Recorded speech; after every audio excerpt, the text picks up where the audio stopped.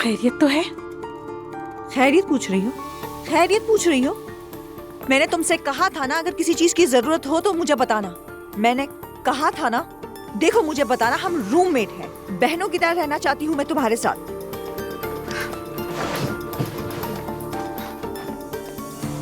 अगर मसला पैसों का था तो कोई ना कोई हल निकाल लेती, कुछ ना कुछ कर्जा ले लेते। ये क्या हरकत की है?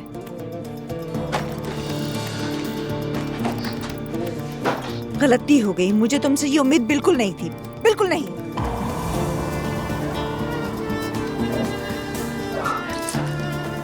शर्म आनी चाहिए।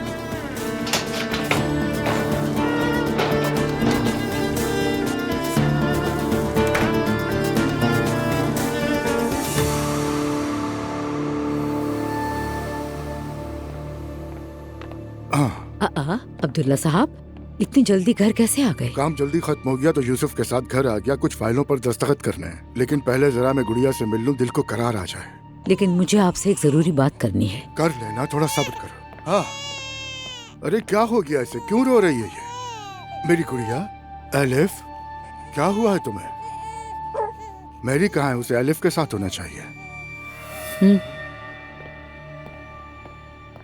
अब्दुल्ला साहब, मेरी घर छोड़कर चली गई, अब वो वापस नहीं आएगी।